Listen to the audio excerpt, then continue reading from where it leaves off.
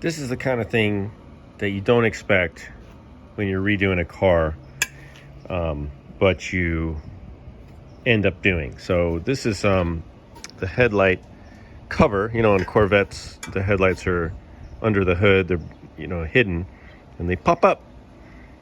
And so this is the passenger side, which had a little damage here, and I tried to fix it. You know, I put in these bolts. I was really trying to fix this thing, but you know what? You're not gonna fix that. And it's like pot metal. You can't even weld this. I tried to do a lot, and it just didn't work. So unfortunately, I can't use this. And there was a set on eBay, refurbished. So I just bought the set because it cost a little more than a single one. So I just went ahead and got the set. The other side, actually the driver's side, had an issue too with some Bondo on the top. So I just decided to buy the pair of them because it's clean. They're just completely redone, ready to go, you know, just paint. Got them from this dude. And I'm happy with the purchase, so just FYI.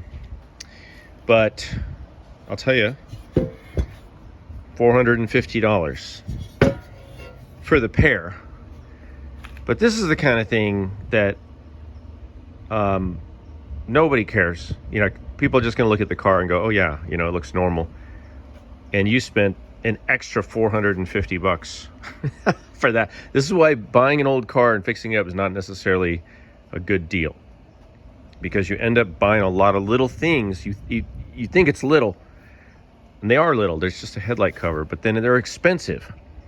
Everything on a Corvette is expensive. It's all aluminum. It's actually pretty high-tech stuff for 1970. You know, all this stuff is aluminum for the most part, which is expensive. And they're rare now, of course. I mean, this was the only pair on eBay I could find at the moment. And so, you know, I bought them because I don't have a choice. So anyway, I'll have nice new headlight lids for whatever it's worth. So I also took the frames that the lids attach to out. I'm gonna mount them to those and then install them back in the car.